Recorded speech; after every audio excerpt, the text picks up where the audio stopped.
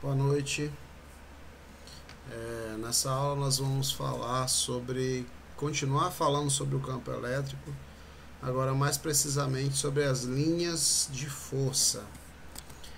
Bom, aqui a gente tem a definição de linhas de força, a gente já viu um pouco isso naquele nosso experimento virtual.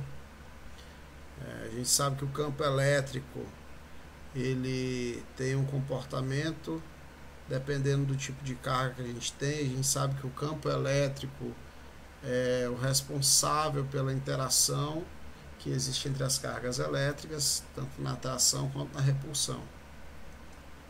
E aqui a gente tem uma definição mais precisa do que são linhas de força, né? Então são linhas tangentes ao vetor campo elétrico em todos os pontos que são orientadas no sentido do vetor do campo. Então aqui a gente tem um modelinho onde a gente tem as setas indicando a direção em cada ponto do vetor campo elétrico. Se a gente traçar uma linha ligando todas as origens dos vetores campo elétrico, a gente tem aqui justamente o que a gente chama de linhas de força, né? Essas linhas de força são linhas onde o vetor campo elétrico é sempre tangente em cada ponto dessas linhas, tá? Então a gente tem aqui a carga positiva, a carga negativa, como a gente já tinha visto. Aqui é quando a gente tem duas cargas positivas, e aqui a gente tem o comportamento do vetor e das linhas, né? Quando a gente tem duas cargas positivas, aqui também vale para duas cargas negativas. A diferença é a direção da seta. E aqui quando a gente tem cargas com sinais opostos. Então sempre partindo as linhas da carga positiva para a carga negativa. A gente pode ver aqui um desenho, né, onde a gente tem aqui as linhas de campo. A gente pode ter uma ideia do módulo do campo elétrico a partir das linhas de força, observando a densidade de linhas. Ou seja, quanto mais linhas eu tiver numa certa região, mais intenso vai ser o campo elétrico naquela região. É isso que essa parte quer dizer. Aqui, por exemplo, eu não tenho nenhuma linha de força do campo, então, consequentemente, aqui o campo elétrico é zero. Aqui eu tenho menos do que nessa região, então, consequentemente, aqui o campo elétrico é menor do que na região A. Na região B é menor do que na região A, por conta do número de linhas que eu tenho nessas regiões. Então, conforme o número de linhas, eu posso ter uma ideia do valor do campo elétrico naquela região, pelo menos por comparação. Campo elétrico uniforme, né? Como o próprio nome já diz, ele não muda em direção nem em sentido, tá? Então, numa certa região, eu tenho o campo elétrico apontando sempre na mesma direção e no mesmo sentido. É um campo característico. Se a gente for observar aqui na região entre duas cargas de sinais opostos, se eu olhar para cá, eu tenho um campo praticamente uniforme nessa região aqui específica, né? É um comportamento muito parecido com esse aqui. Há algumas situações específicas, como quando eu tenho duas placas carregadas com sinais opostos, no interior dessas placas eu vou ter um campo aproximadamente uniforme também. Se a gente observar aqui, eu só não vou ter esse campo uniforme nas proximidades da placa. Isso aqui seria o modelo mais realista desses dois aqui. Aqui, à medida que eu vou me aproximando da borda da placa, eu vou ter um campo elétrico que vai mudar um pouco em direção e em sentido à medida que eu me afasto da carga positiva e me aproximo da carga negativa. Então, esse aqui a gente chama de efeito de borda, que é natural, muito semelhante ao que a gente tem aqui quando eu tenho uma carga só, né? Uma positiva e uma negativa. É justamente esse efeito de curvatura do campo, à medida que eu me afasto nessa direção vertical aqui entre as duas cargas. Mas aqui no meio das cargas, no meio da posição, nessa região central entre as cargas, eu tenho aqui um campo aproximadamente uniforme. Então, que seria também um modelo de linhas de força, campo elétrico. Agora a gente vai responder, aqui são as questões respondidas do livro. Vocês podem dar uma olhada para se orientar um pouco mais, além da questão que a gente já vai responder. Nosso objetivo a princípio é responder a questão P31. Eu já deixo para vocês a P30 como exercício, né? Quem estiver já vendo o vídeo agora, já pode procurar responder essa questão P30. Vou responder a P31 e vocês vão responder também a P32. A P31 ela diz o seguinte: qual a mínima velocidade com que uma carga Q de 0,1 microcoulombs e de massa 10 a menos 7 kg deve ser lançada de um ponto A na direção e sentido contrário às linhas de força do campo elétrico, uniforme de intensidade 10 a quinta newtons por coulomb, para que atinja B, situada a 0,2 metros de A. Despreze as ações gravitacionais. Então a gente vai desprezar a força da gravidade. A única força que a gente vai ter aqui vai ser a força da interação entre a carga e o campo.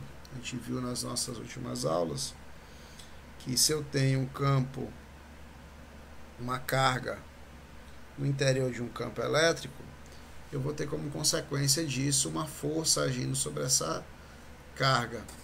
A força vai ter a mesma direção e o mesmo sentido do campo se a carga for positiva. Então é a nossa situação.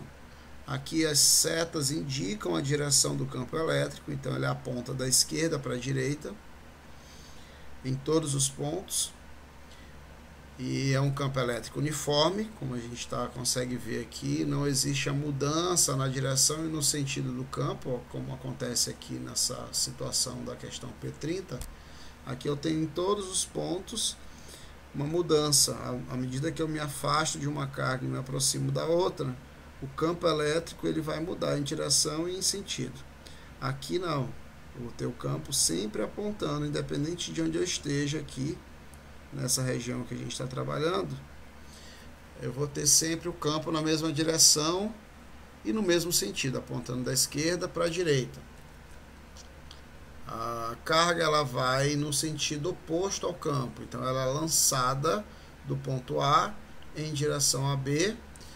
Como a força que está agindo sobre essa carga é só a força elétrica, então ela vai apontar, e a carga positiva ela vai apontar na mesma direção e no mesmo sentido do campo, então também da esquerda para a direita. O efeito dessa força sobre a velocidade é fazer com que a velocidade diminua com o tempo. Então ele quer saber qual é a velocidade mínima, né? Com que velocidade, qual a mínima velocidade que a carga Q tem que ser lançada para conseguir chegar em B. Então a mínima velocidade vai ser aquela que vai fazer com que a velocidade final dela seja zero. Então a menor velocidade é quando ela chega aqui e para exatamente em B. Se ela tiver uma velocidade menor que essa, ela vai parar antes, no meio do caminho, e não vai atingir o ponto B. Então eu já sei que a velocidade final da minha partícula tem que ser zero quando ela chegar em B. Então a velocidade, a partir dessa relação, a gente vai encontrar agora, passando para a nossa lousa, o que a gente precisa para poder responder a questão. Então temos aqui a nossa questão P31 na lousa, né? O que nós temos aqui, a carga. Se eu sei a carga, eu sei a massa e eu sei o campo elétrico. Então a gente sabe que existe a relação que me diz que a força é igual a carga vezes o campo. Relação vetorial. Então a gente consegue determinar, sabendo a carga e o campo, nós conseguimos determinar o valor da força. Então sei a carga e sei o campo. A carga é de 0,1 microcoulombs. Então força, essa equação também vale para o módulo, a carga 0,1 vezes 10 a menos 6 coulombs, o campo tem módulo 10 a quinta, 10 a quinta newtons por coulomb, então a gente vai ficar com uma força de 1 vezes 10 a menos 2 newtons.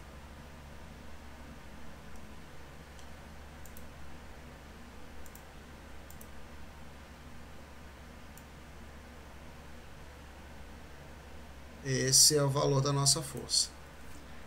A gente sabe que a força é igual a massa vezes a aceleração. Bom, já conheço a força, já conheço o valor da força e já sei o valor da massa. Agora, com isso, eu consigo determinar a aceleração que essa partícula vai ter.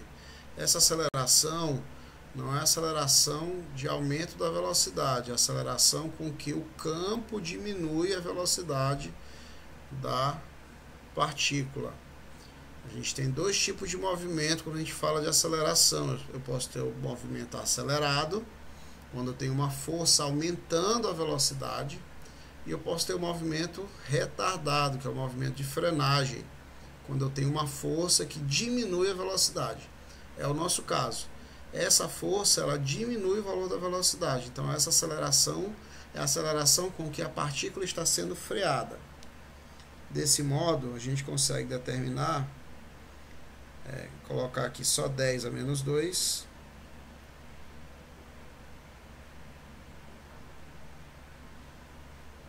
Antes que alguém fique com dúvida, 1 vezes 10 a menos 2 é igual a massa, a gente já sabe o valor, 10 a menos 7, já está em quilogramas, vezes a aceleração. Agora, a gente consegue, pegando a nosso 10 a menos 7, passando aqui, dividindo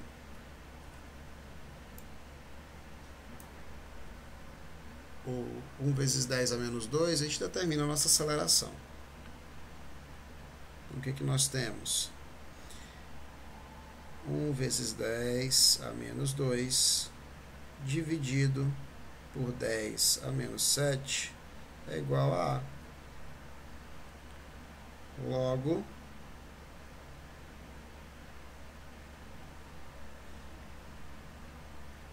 a gente vai ter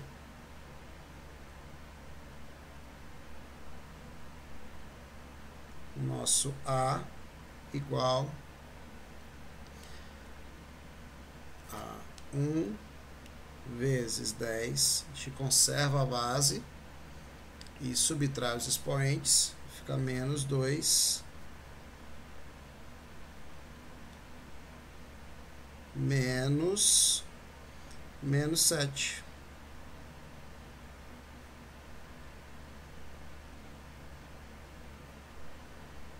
Então, nosso A vai ser igual a 1 vezes 10 a quinta metros por segundo.